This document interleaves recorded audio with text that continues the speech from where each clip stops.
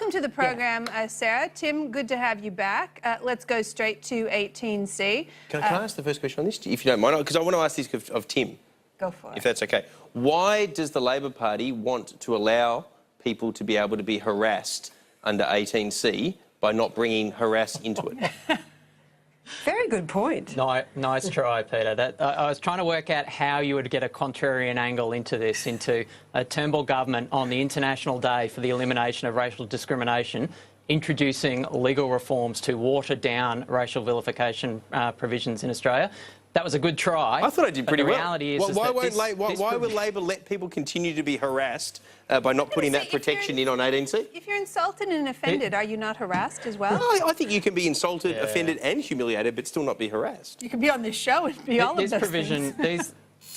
These reforms wouldn't be being cheered for by Cory Bernardi, by Erica Abetz, by George Christensen, if they had the effect, as the Prime Minister extraordinarily claimed in a quite spectacle press conference earlier today, that this was strengthening these provisions. We know what this is really about. This is about the Conservative wing of the Coalition Party room yet again rolling the moderates. I mean, they're like the Washington Generals of Australian politics. Can you remember the last time the moderates of the Coalition Party room got a win on anything? I mean, they're willing to backflip on this election promise on 18C. What about marriage equality? You know, why aren't we putting that to the Parliament? I mean, I know that Sarah would like to have her say on this. Well, look, let me just... Go ahead, Sarah. Go on, Christina. Look, let me just say on 18C, what we have done today is announce changes, and you've made a very good point, Peter. Why won't the Labor Party support a proposition to prevent people from being harassed in the context of racial discrimination? Because the law already prevents it. I'll just make my point. So let me just say that we are obviously concerned with the way in which the law has been administered. We've got a range of procedural changes which we will think will make a big difference to those who have genuinely been subjected to racial discrimination. This will toughen the law, this will give the law greater integrity, and it will strike the right balance between freedom of speech, which is very important, and also protecting those subjected to racial discrimination. Let's not forget, we can't have a situation where a cartoonist is dragged before the Human Rights Commission, like what we saw with Bill's leak. And I have to say, it's obviously very, very sad with Bill's recent death, of course, that he wasn't here on this day to see these changes being announced. Sarah, you make that case, but, you know, with wages stagnating, penalty rates being cut, banks raising their interest rates, making it hard, making the housing affordability problem even more dire and difficult for young people to break into the housing market. Is this the most important issue that the Parliament needs to deal with today? As Scott Morrison told Paul Kelly and I, there's not one job in this. Well, look, I think, you know, Scott makes a good point. But as a parliament and as a party and as a government, we have to deal with multiple issues. But it is true that in the lead up to the budget, our focus is strongly on jobs growth. Our focus is strongly on building a strong economy, on national security, on energy security. And what we've seen from Labor is a failure to address the fundamental issues that concern most Australians: power prices, gas prices, looking after people feeling safe in their own communities.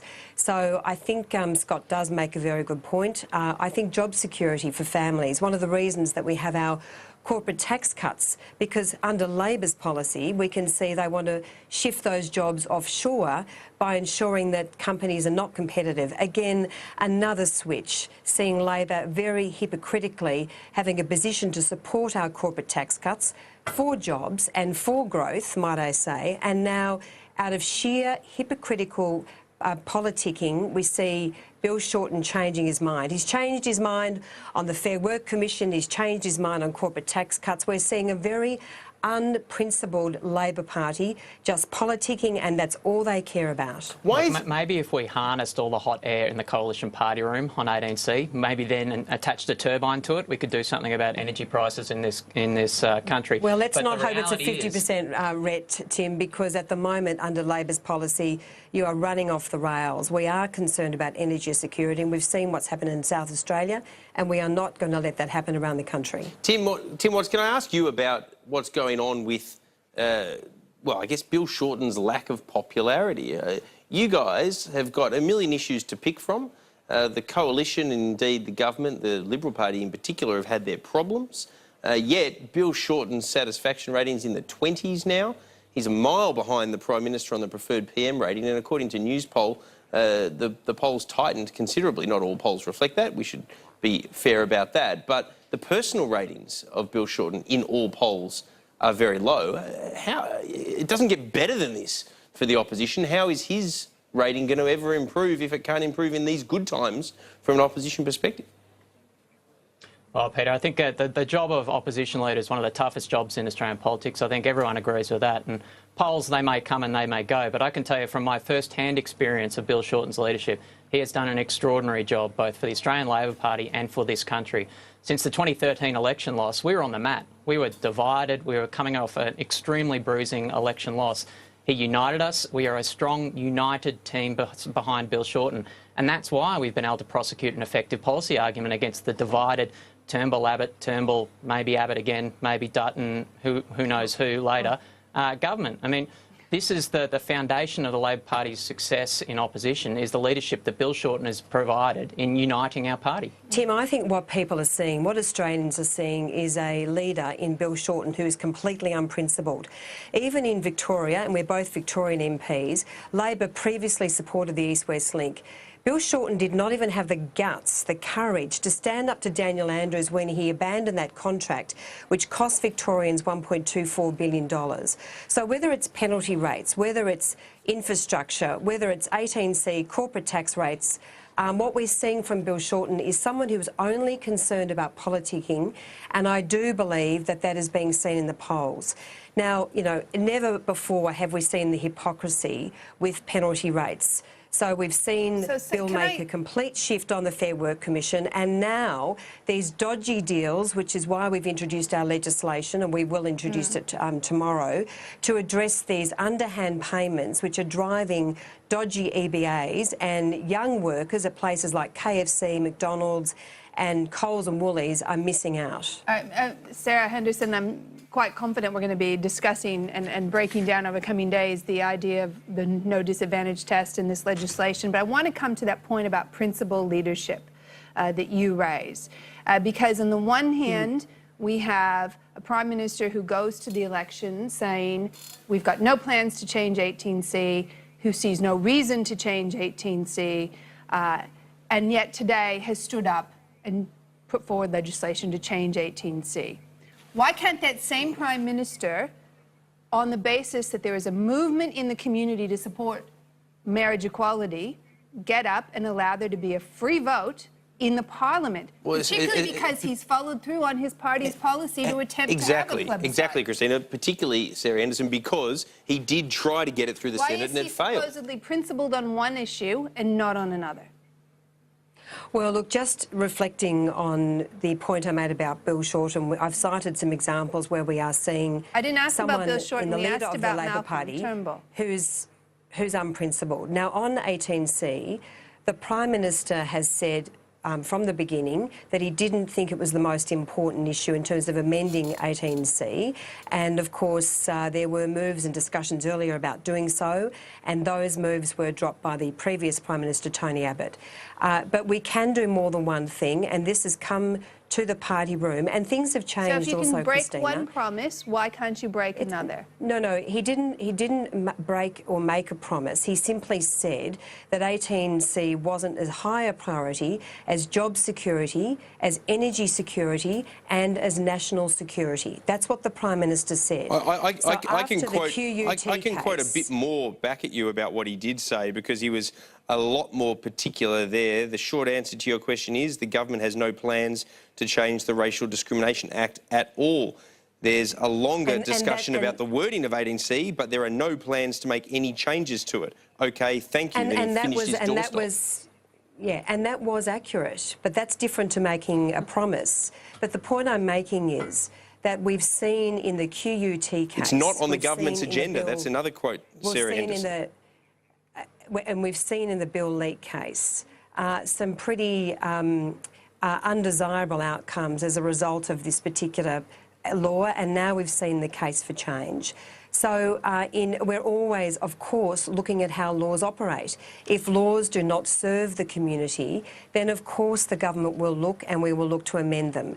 But we have strong liberal principles. There has to be a balance between free speech and between protecting those subjected to racial So discrimination. would you say that the What we're Marriage seeing- Act is serving the community as it is today and doesn't require change? Well, Christina, I have to say, and I'm on the record as supporting marriage equality and a change to the Marriage Act. But I have to say, in my electorate, and I think right around the nation, the plebiscite proposal that we had put forward resonated very positively. Until people found out it was non-binding, and then the polling that was done on it showed that it plummeted in terms of its popularity. Well, I don't quite accept that, and a plebiscite is always non-binding. But I think that for Australians, they felt that they were included in terms of having a say. And even those who didn't support a change to the Act embraced the fact that they were being consulted. Now, if Labor had not, again, in sheer politicking, because again, Peter and Christina, Bill Shorten previously supported a plebiscite, but again, in another act of sheer politicking, well, let me go to he Tim Watts changed on his that. position, and now we've seen the plebiscite being blocked. Otherwise, I am absolutely convinced that the amended the bill to change the Marriage Act would have been before the Parliament now. So it is absolutely devastating what the Labor Party have done. Tim Watts, why did Bill Shorten change on that? Because there's no mincing of words or gameplay here. He was very clear in those comments that he made not that long ago that he was okay with a plebiscite on marriage equality. Yes. So, Peter, the difference between Bill Shorten and Malcolm Turnbull on this issue is that Bill's been upfront. He said that he spoke with LGBTI members of our community. He spoke with the families of LGBTI Australians, and they sent a very clear message that they did not want a divisive, damaging plebiscite. They did not want to go through that as a community. Malcolm Turnbull, on the other hand, formally supported marriage equality.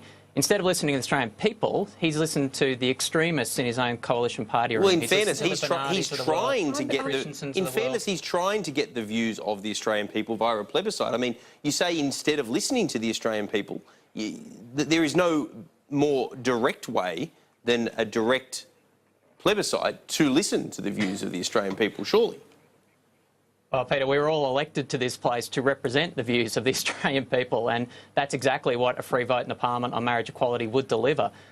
This idea that we should have a plebiscite on marriage equality, it's a constitutional nonsense. It's not something that we pursue for any other issue. Like, what is it specifically about gay marriage that requires a plebiscite? No one's ever been able to articulate that. It's a fob off, it's a buy off to the Conservatives in the party room, and it really tells you this idea came from the Conservative extremists in the coalition party room. It came from the people trying to block this change, just as John Howard used the referendum on the Republic to block the Republic. If we want action on marriage equality, we can do it tomorrow. Bring a bill into the chamber, a majority of parliamentarians support it. The only thing stopping it is Malcolm Turnbull and his failure to show backbone and stand up to his party room. Let me just correct that. I was in the party room and Tim wasn't, and the first person to put this to the party room was Julie Bishop. So we recognised that we wanted to go out and ask the opinion of all Australians. And on an issue where people have very dear, close personal views, it means a lot to many people, whichever side of the equation you're on, we felt that was important. And the discussion about the extremists is frankly an insult to so many Australians. There are many, many people in my electorate, like in Tim's electorate, that feel strongly about this issue, and they felt that they wanted to be consulted. And let's cut through all of this now. If we had got the plebiscite up, and I believe we would have based on the polling, we would have an amended Marriage Act bill before the Parliament now. So look, I say shame on Labor. It has got caught up in sheer politicking. It has not cared about the outcome, and we now have the situation that we have. Sarah Henderson. We didn't have a plebiscite when we introduced no-fault divorce. We didn't have a plebiscite when in 2004 John Howard changed the definition of marriage in the Marriage Act. Why are we requiring a plebiscite at this point? Sarah Henderson, what did you make of Peter Dutton's comments basically slapping down the 30 CEOs from across business and community leadership that had an opinion and had the temerity to express their freedom to an opinion in that letter. It was a personal letter. It didn't carry company insignias and all the rest of it. He told them to butt out, essentially. These are CEOs of organisations that are far more diverse than the Liberal Party. You'd know that as well as anyone.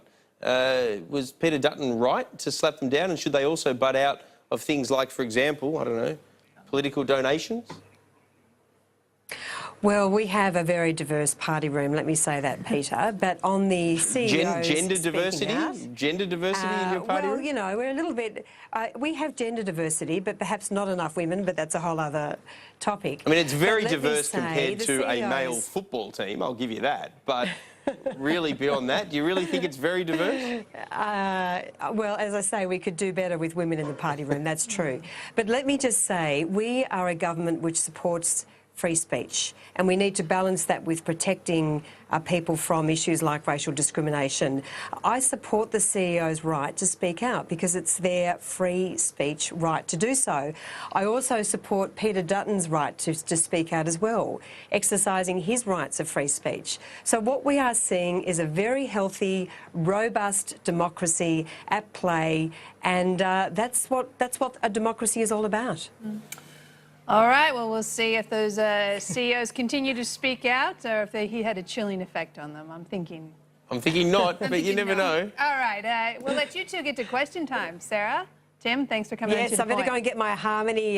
You better, my Sarah. harmony ribbon on. Do either of you have a question? Can you give us an Can you give us exclusive a- here yeah. onto the point?